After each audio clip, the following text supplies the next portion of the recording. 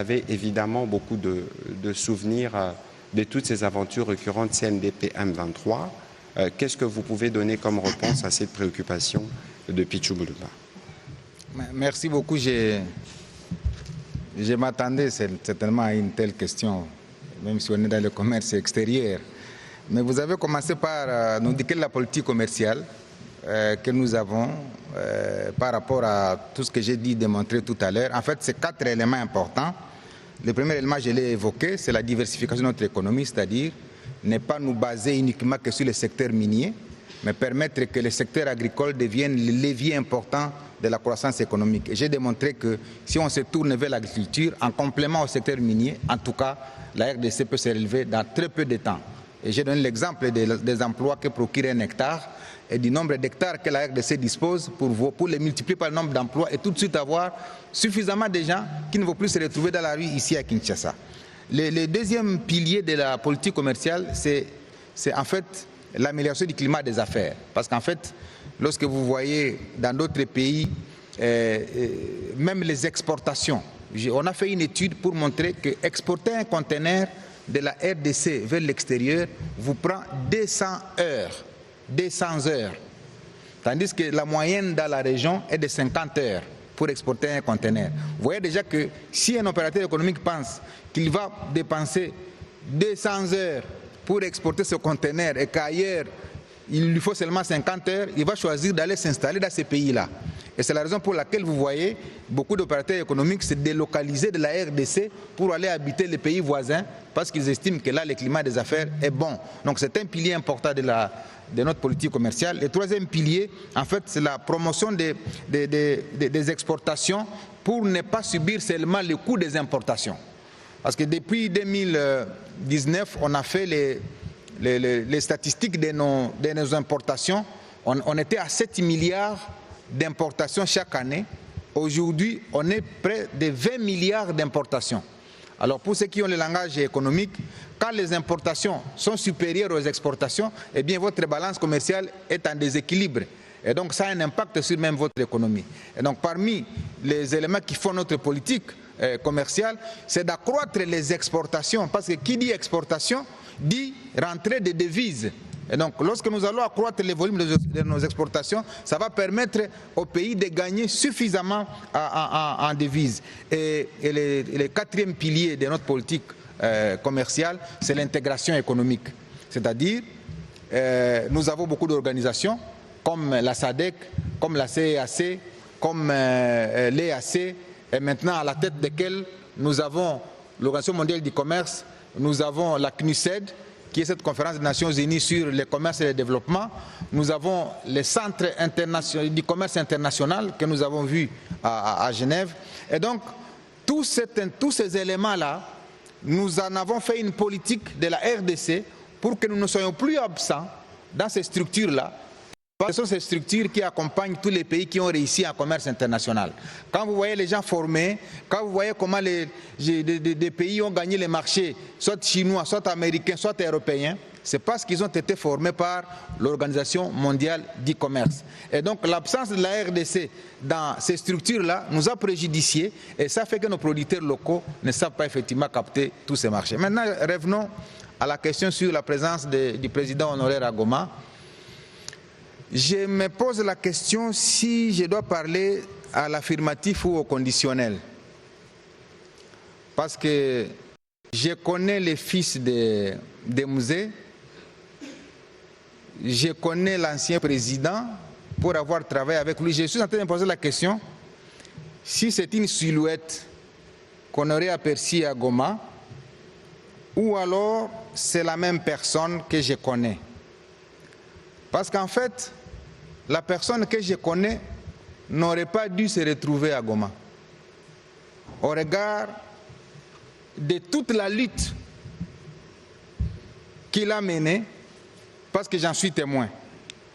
Dans les 30 ans d'instabilité de la RDC, il a quand même 18 ans dans lesquels il a subi en fait la pression rwandaise.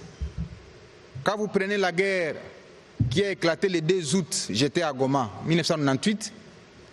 Quand vous prenez la guerre de Mutebussi en 2004, quand il a pris la ville de Bukavu.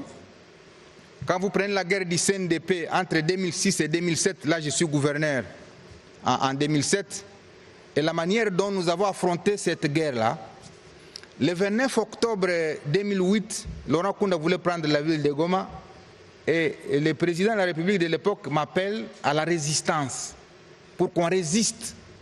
Et je suis resté dans cette ville, et le général John Numbi a atterri le 30 octobre 2008 avec un avion, avec les militaires, pour que nous nous rassurions que nous contrôlions la situation. Et de là est venu l'appel aux négociations, piloté par les Nations Unies à travers Obasanjo et Benjamin Mkapa, qui était l'envoyé de l'Union africaine. Et nous sommes allés à Nairobi négocier et nous sommes revenus en 2009. Et en 2009, lorsque le président de l'époque, honoraire aujourd'hui, trouve qu'il n'y a pas de solution, il demande l'arrestation de Laurent Nkunda contre l'entrée des éléments de l'armée rwandaise. Je ne sais pas si vous vous rappelez. Et c'est à cette époque-là que le président de l'Assemblée nationale va se prononcer pour dire qu'il n'était pas informé de l'entrée des forces rwandaises en République démocratique du Congo. Et j'avais dit ici, il en a payé les postes du président de l'Assemblée nationale. Et Laurent Nkunda est arrêté, je crois le 21 janvier, et les forces rwandaises entrent à Goma le 25 janvier. Pendant un mois, elles ressortent le 25 février 2009. Et en mars de cette année, on signe un accord, le gouvernement, avec les M23 pour la paix. Et le M23 est venu de la revendication de la mise en œuvre, de la difficulté de la mise en œuvre de ces accords. C'est-à-dire M comme mars, 23 comme la date. Et tout ça, c'était sous le président devenu honoraire aujourd'hui. Et en 2013, d'abord 2012, la création du M23 dans le format actuel, c'était le 7 avril 2012, et l'opération Pomme Orange est lancée par le chef d'état-major général de Tumba pour devoir mettre fin au M23. La brigade d'intervention rapide dirigée par le colonel Mamadou à l'époque se déploie à Goma. Le général Baouma arrive pour à la fois être le commandant de la région militaire et le commandant des opérations. Et je suis témoin de la manière dont nous avons conduit les opérations pour mettre fin au M23. Et j'arrive à Tchanzu, c'était le 6 novembre 2013, parce qu'on a mis fin au M23 le 5 novembre 2013. Et donc je vous fais ce tableau-là pour vous montrer comment je connais l'homme et la lutte qu'il a pu faire pour que nous en arrivions là.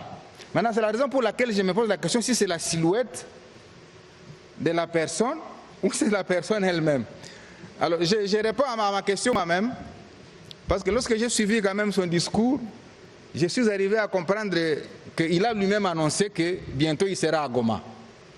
Donc, si vous me dites qu'il est à Goma, je risque de vous croire, hein, sans être très convaincu, parce qu'on regarde ce que je viens de vous dire. Je risque de vous croire qu'il est à Goma. Mais s'il est à Goma, peut-être c'est une manifestation de ce que le président de la République, Félix Tshisekedi, avait dit, qu'il y a une connivence avec les M23. Beaucoup de gens ne l'ont pas cru. Maintenant, s'il est à Goma, c'est qu'effectivement ça va donner cette connivence-là. Ce qui est contradictoire avec toute la lutte menée, que je vais d'expliquer. Se retrouver dans les mains des officiers qu'il a radiés. Parce qu'il y a une ordonnance, si vous vous rappelez, qui a été prise ici à Kinshasa pour radier tous les Makenga de l'armée par le fait d'avoir pris l'arme contre la République. Et je vois cet homme-là qui a radié tous ces gens et se retrouver maintenant être encadré par eux. Sécurisé. C'est quand même contradictoire. Voilà pourquoi j'ai dit, j'ai peine à croire qu'il soit là. Mais comme vous affirmez, parce que vous êtes journaliste, peut-être que vous avez les informations, il est là. Et donc, s'il est alors là, ça veut dire qu'il va porter tous les déboires. Et ça, c'est grave. Les massacres de Kishiche, les massacres de Bunagana, les massacres de Tamugenga, les massacres de Kichanga, les massacres de Sake, les massacres de Nyabiondo, tout ça, toutes les tueries de Goma, avec le nombre de morts, 10 000 morts à Goma, à Bukavu, toutes les violations. Et donc vraiment, cette personne-là accepte de porter tous ces chapeaux-là à son actif. C'est ça mon interrogation. C'est pourquoi j'ai dit, je ne sais pas si c'est la personne que je connais. Mais comme vous avez dit qu'il est là, donc je crois qu'il est là. Alors, s'il est donc là, ben je vous prends au mot, s'il est donc là, je demande à la population congolaise vraiment, et particulièrement celle du Nord Kivu, j'en appelle à la mobilisation générale. Ce n'est pas possible que cela soit vrai. Ce n'est pas possible que la personne contre laquelle le président s'est battu, à savoir Paul Kagame, que ce soit chez lui où il est passé pour entrer dans la ville de Goma. J'ai peine à vous croire. Donc, j'en appelle à la mobilisation générale. Les enfants de Goma, les enfants de Massissi, les enfants de Nyiragongo, les enfants de Lubero, les enfants de Beni, ce n'est pas possible. C'est ce qu'on apprend dans les médias. Mais je vais croire lorsque je vais voir les images. Lorsque je vois les images, je vais finalement croire. Mais je sais qu'il y aura beaucoup de questions, mais votre question là, elle va être rappelée plusieurs fois. Mais je suis en train d'écrire ici aussi les 12 points que je peux partager avec vous. 12 questions. Parce qu'il a parlé en 12 questions. Je ne sais pas si je vais me rappeler des 12 questions. Alors, comme je continue à douter qu'il soit là, j'ai 12 questions aussi. Parce que lui, quand j'ai suivi là, il a parlé en 12 points. Laissez-moi voir si je peux trouver un exercice de parler aussi en 12 questions. Monsieur le porte-parole. Première question. Est-ce le fils de son père, le président Laurent Désiré Kabila, assassiné en 2001 par la mafia rwandaise, qui est entré à Goma, capitale du Nord Kivu, sous contrôle des mêmes Rwandais? Ça, c'est la première question. Faites parvenir ces questions aux journalistes qui sont à Goma. Deuxième question. Est-ce le fils de Musée qui a relancé le dialogue de Sun City en 2002 et qui a ramené les rebelles près de lui en acceptant la formule 1+4? Amenez cette deuxième question à Goma. Troisième question. Est-ce le fils de Laurent Désiré Kabila qui a affronté et vaincu l'insurrection de Gilles Moutebousi et de Laurent Kunda en 2004 à Bukavu? Quatrième question. Est-ce le fils de Musée qui, à mon avènement à la tête de la province du Nord Kivu, comme premier gouverneur élu, a piloté les opérations contre Laurent Kunda? Cinquième question. Est-ce encore lui qui m'a demandé de résister? Je l'ai dit. Lorsque le 29 octobre 2008, le CNDP était à la porte de Goma. Sixième question.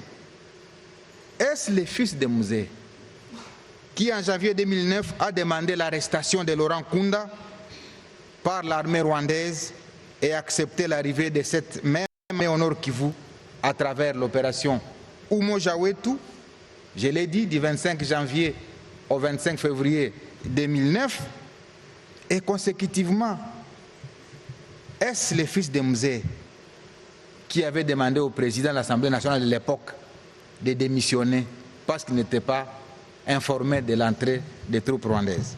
Septième question. Est-ce le fils de Musée qui avait demandé à son ministre de signer les accords de paix le 23 mars 2009, lesquels accords sont à l'origine de la création du mouvement M23? Huitième question. Est-ce le fils de Musée qui a ordonné au général Etumba de concevoir l'opération Pomme Orange qui a mis fin au M23 le 5 novembre 2013, d'où mon arrivée le 6 novembre 2013? Neuvième question. est-ce le fils de Mzee qui a radié les officiers M23 de l'armée pour qu'ils se retrouvent aujourd'hui à leur côté pour sa sécurité? Dixième question que vous allez amener à Goma. Est-ce le fils de Mzee qui, voulant rester au pouvoir, a inventé le terme glissement, mais finalement a accepté de céder le pouvoir en 2019, ouvrant ainsi le pays à ce qu'on a appelé la passation civilisée, la première alternance? Est-ce que vraiment c'est celui-là qui se retrouve à Goma? 11e et avant-dernière, parce que je vais parler en 12 points aussi, 12 questions. Est-ce le président honoraire qui a été salué à travers le monde pour son sens élevé des meilleurs élèves de la démocratie, malgré son jeune âge et son passé militaire, ce qui pouvait nourrir en lui l'ambition de se comporter comme ses voisins qui ont plus de 30 ans au pouvoir? Et 12, enfin, est-ce que c'est cet homme, jadis considéré comme grand esprit, qui se trouve réellement aux côtés de ces bourreaux d'hier, c'est les bourreaux de la population, qu'il a dirigé pendant 18 ans, avec plus de 5 millions de déplacés et de réfugiés victimes de la barbarie du M23? Est-ce encore lui qui a pleuré le colonel Madou? Est-ce encore lui qui a pleuré le général Baouma? Non. Est-ce encore lui qui se souvient qu'il y a eu 10 000 morts à Goma, qu'il y a eu 5 000 morts à Bukavu? Est-ce encore lui? Voilà les 12 questions que je vous prie de ramener à Goma pour voir s'il y est, d'y répondre, et alors je reviendrai pour parler davantage sur ce plateau. Monsieur le ministre, je sais que vous avez des talents d'écriture, je crois que ça fait partie d'un de vos livres, mais ce n'était pas le sujet du jour. On a fait une petite entorse, mais je crois que les questions que vous soulevez sont d'autant plus pertinentes que nous connaissons les testaments de Mzee. Le combat politique de Mzee qui disait « ne jamais trahir le Congo ». Et je ne veux pas répéter ce que Mzee disait à l'époque, que la guerre doit retourner d'où elle est venue. Si c'est par où la guerre est venue qu'on va passer, qu'on s'est remis à la sécurité de l'armée rwandaise et de ceux qu'on a radiés de l'armée, il y a lieu de se poser des questions de contradiction qui existent, mais ce n'est pas l'objet de la discussion de ce soir. On va continuer avec les questions de M. Marlon Kacham.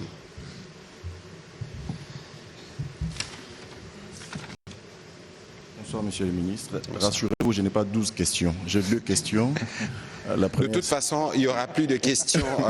On va parler commerce extérieur. Allez-y, s'il vous plaît. La première, elle est adressée au ministre de la Communication et des Médias, Patrick Mouyaya.